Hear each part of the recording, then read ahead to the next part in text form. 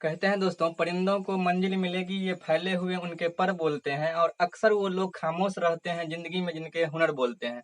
तो Shatrughan sir maths के इस यूट्यूब चैनल पर आपका एक बार फिर से स्वागत है। मैं हूं शत्रुघ्न यादव और आज के इस वीडियो में हम लोग पढ़ने वाले हैं रीजनिंग का पजल चैप्टर से, जो कि है सिटिंग अरेंजमेंट यानी कि बैठने की व्यवस्था। तो जितना भी अभी फिलहाल एग्जाम हो रहा है, वनडे कॉम्पिटेटिव एग्जाम, इसमें देखा जा रहा है कि सिटिंग अरेंजमेंट से जो है बार बार क्वेश्चन पूछा जा रहा है और वो भी लेवल का, अच्छा लेवल का क्वेश्चन पूछा जा रहा है। तो आज जो है हम लोग जानेंगे कि सीटिंग अरेंजमेंट के कुछ बेसिक कॉन्सेप्ट को जानेंगे और उस पर जो है जो सवाल जो है पूछा जा रहा है उसी टाइप का सवाल हम लोग करने के लिए जा रहे हैं। तो उससे पहले, सवाल को बनाने से पहले इसका कुछ बेसिक कॉन्सेप्ट हम लोग जान लेते हैं। थोड़ा ही ज्यादा इस पर डिस्कस करेंगे नहीं। जैसे यहाँ पर ये क्या है, एक लाइन दे दिया गया, तो ये अगर आप जो है अपने अनुसार, दिशा जो है हमेशा अपने अनुसार आपको मेजर करना है। तो ये हमारा दायां हाथ हुआ, तो इसको हम क्या बोलेंगे, दायां बोलेंगे। ये कब का बात है, जब हम इधर देख रहे हैं, यानी कि बोर्ड की तरफ हमारा फेस है, उत्तर की ओर हम देख रहे हैं। तो ये तो है दायां हुआ, और इस साइड का क्या हो गया, बायां हुआ। ये दायां हुआ और ये क्या हो गया, बायां। ये दायां हाथ तो दायां तरफ, बायां हो गया तो बायां तरफ। लेकिन सिटिंग अरेंजमेंट आज जो हम लोग पढ़ने वाले हैं वो है सर्कुलर आकार का, यानी कि वृत्त के आकार का। कोई भी व्यक्ति जो है, 4-5 व्यक्ति या 8 व्यक्ति जो है, एक वृत्त गोलाकार मेज के इर्द गिर्द बैठा रहता है। उसको आपको बैठाना है और उस पर जो है क्वेश्चन दिया जा रहा है। तो आपको बोर्ड पर साइड में क्वेश्चन दिख रहा होगा, उसी क्वेश्चन पर जो है आज हम लोग बात करने वाले हैं। तो चलिए जानते हैं क्वेश्चन में। क्वेश्चन क्या कह रहा है, आपको बोर्ड पर क्वेश्चन दिख रहा होगा। क्वेश्चन है कि A B C D E F G और एच केंद्र की ओर मुख करके एक गोलाकार मेज के इर्द गिर्द बैठे हुए हैं। यानी कि 8 व्यक्ति दिया गया है और वह एक गोलाकार मेज के चारों तरफ केंद्र की ओर मुंह करके बैठा हुआ है। तो मान लीजिए एक जो है गोलाकार मेज होगा इस तरह से, ये गोलाकार वृत्त के आकार का मेज होगा और इसमें कितना आदमी बैठा हुआ है, 8 आदमी बैठा हुआ है। तो हम 8 आदमी को बैठाते हैं, तो 2 आदमी हो गया, 4 और 2 6 और 2 8। कितना आदमी को बैठा दिए हम, 8 आदमी को बैठा दिए। हमको ये नहीं पता है कि कौन सा आदमी कहाँ बैठा हुआ है। अब 8 आदमी का नाम जो है आपको दिया हुआ है, A B C D E F G और एच। और ये 8 आदमी जो बैठा हुआ है, इसका मुंह जो है केंद्र की ओर है। अगर ये वृत्त है तो ये इसका सेंटर होगा, ये केंद्र है, तो इसी की ओर सभी 8 आदमी देख रहा है। और क्वेश्चन में आपसे हो सकता है कह दे कि केंद्र के बाहर देख रहा है, लेकिन इस क्वेश्चन में बोला गया है कि वो केंद्र की तरफ 8 आदमी देख रहा है। तो अब आगे जो है लिखा हुआ है कि गिर्द बैठे हैं, पर जरूरी नहीं कि इसी कर्म में, जिस कर्म में आपको लिखा गया है ए बी सी डी, उस कर्म में नहीं बैठा हुआ है। वो तो आप कर्म सजाइएगा जो किस कर्म में वो बैठा हुआ है। अब जो है क्वेश्चन पढ़ते हैं, क्या दिया गया, एफ ए के बाएं को चौथे स्थान पर है। तो बारीकी से लाइन को पढ़ते जाइएगा, सेट करते जाइएगा। अभी हम बता दिए हैं कि ये जो है इस साइड का ये होता है दाया, ये हमारा दाया हाथ, तो ये होगा दाया और ये हो जाएगा बाया। तो अगर यहाँ कोई आदमी बैठेगा, ध्यान से देखिएगा, यहाँ अगर कोई आदमी बैठेगा, चाहे हम यहाँ बैठे हुए हैं, तो इस साइड हमारा दाया हाथ होगा और इस साइड वाला जो है हमारा बाया हाथ होगा। तो अब जो है अगर ये दाया है तो इधर से दाया चलेगा और इधर क्या होगा, बाया चलेगा। और अगर घड़ी के दिशा के बात किया जाए तो इस तरह से, यानी कि जो आपका बाया हाथ है वो कौन सा होगा, घड़ी के दिशा में, और जो दायां हाथ चलेगा वो घड़ी के विपरीत दिशा में। चलिए अब क्वेश्चन पढ़ते हैं। क्वेश्चन यह है, एफ ए के बाएं को चौथे स्थान पर है। पहले आपको फिक्स डाटा लिखना है जो 100% श्योर हो। तो बोला गया एफ ए के बाएं चौथे स्थान पर बैठा है।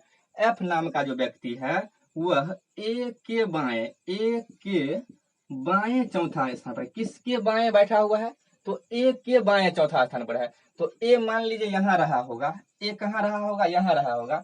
तो एफ कहाँ पर है, ए के बाएं चौथे स्थान पर। तो ए अगर यहाँ बैठा है तो ए का दाया ये होगा इस साइड और ये बाया होगा। तो ए के बाएं चौथा स्थान, तो इधर जाएगा, इधर हम गिन लेते हैं चौथा स्थान। तो ए के बाएं चौथा स्थान, पहला, दूसरा, तीसरा, चौथा, यानी कि एफ जो है यहाँ बैठा होगा जो कि ए के बाएं चौथे स्थान पर है। पहला लाइन क्लियर हुआ। आगे जब पढ़ते हैं तो बोला गया एफ ए के बाएं को चौथे स्थान पर और सी के दाएं को दूसरे स्थान पर, यानी कि एफ जो है वह ए के बाएं चौथे है और सी के दाया दूसरा है। एफ के ही बारे में बात हो रहा है। जो ए के बाया गिनिएगा तो चौथा हो जाएगा, लेकिन सी के दाएं गिनिएगा तो दूसरा हो जाएगा। तो सी के दाएं अगर एफ दूसरा है, सी के दाएं एफ दूसरा है, तो दाया तो इधर होता है। तो सी को अगर यहाँ रखेंगे तब तो सी के दाएं दूसरा होगा, पहला, दूसरा, सी के दाएं दूसरा। अब ये बैठ गया 3 व्यक्ति, ए के बाएं चौथा और सी के दाएं दूसरा।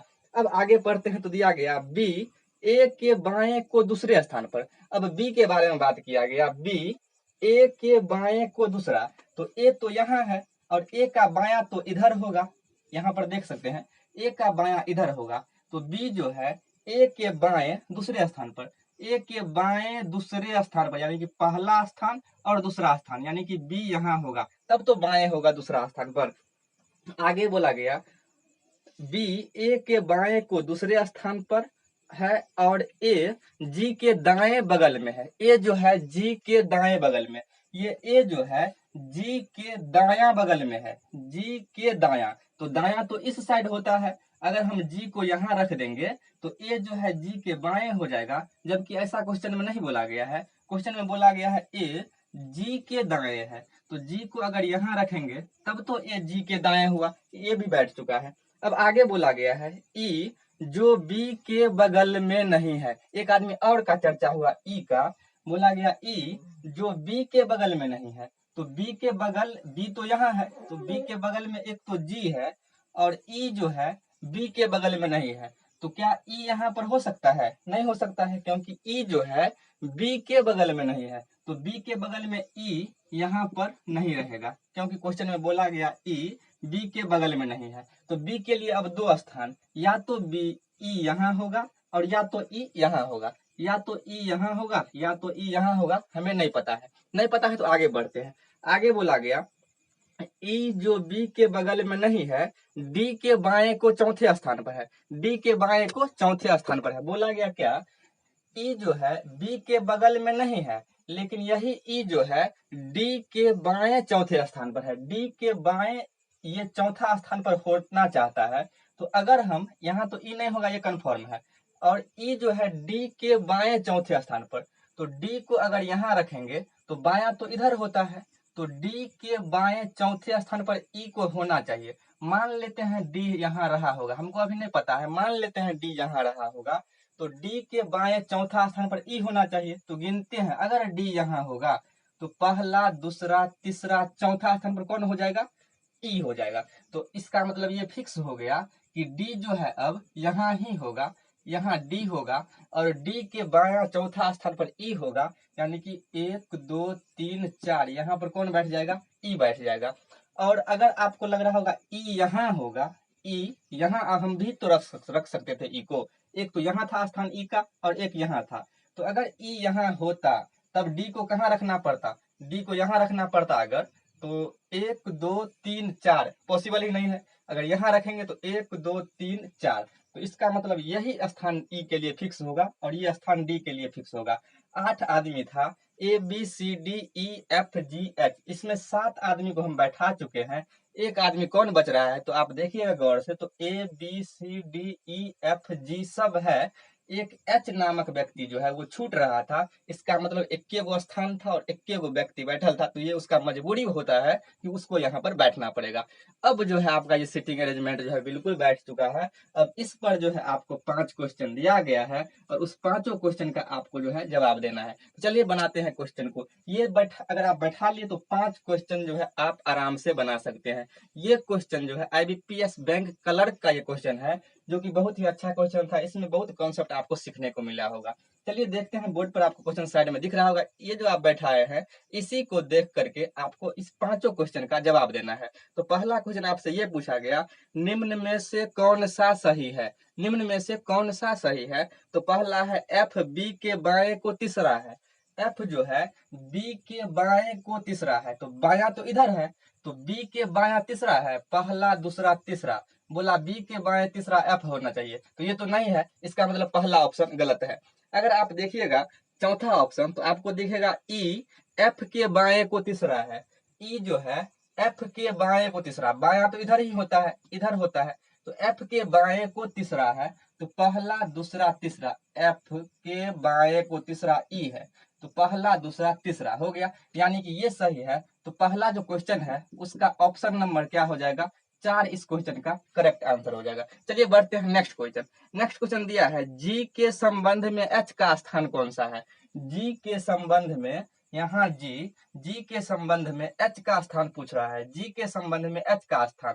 हम जानते हैं इधर बायां होता है, तो जी के संबंध में एच का स्थान पहला, दूसरा, तीसरा, चौथा। चौथा तो हो रहा है, लेकिन बाएं को चौथा, बाएं को चौथा, जी के संबंध में एच का स्थान जो होगा बाएं को चौथा होगा। तो ऑप्शन नंबर आपको 5 मिल जाएगा, यानी कि दूसरा क्वेश्चन का ऑप्शन नंबर क्या हो जाएगा, 5 हो जाएगा, जिसमें दिया हुआ है बाएं को चौथा। नेक्स्ट क्वेश्चन पढ़िएगा, तो दिया हुआ है ई के दाएं को दूसरा कौन है। तीसरा क्वेश्चन जो है ई के दाएं को दूसरा, तो यहाँ पर ई है और दायां इधर होता है, तो बोला गया ई के दाएं को दूसरा। तो ई के दाएं को दूसरा, दायां ये है पहला, दूसरा, ई के दाएं को दूसरा कौन है, एच है। यानी कि ऑप्शन नंबर जो आपका हो जाएगा, ऑप्शन नंबर 2 में दिया हुआ है, 3 का जो है 2 में दिया हुआ है ई के दाएं को दूसरा एच है, और एच ऑप्शन नंबर 2 में है, तो तीसरा का आंसर क्या हो जाएगा, ऑप्शन नंबर 2। अगला क्वेश्चन दिया हुआ है एफ के दाएं बगल में कौन बैठा है। एफ के दाया बगल में, तो ये तो हो गया दाया और ये हो गया बाया। तो एफ के दाया कौन है, तो दाया तो इधर आएगा, यानी कि एफ के दाया आप देख रहे हैं डी है, एफ के दाया डी है, तो एफ के दाया डी है, जो कि आपको ऑप्शन नंबर 1 में मिलेगा। यानी कि चौथा का जो आंसर हो जाएगा ऑप्शन नंबर 1। और अगर पूछेगा कौन सा है, तो एफ के दाया में कौन है, डी है।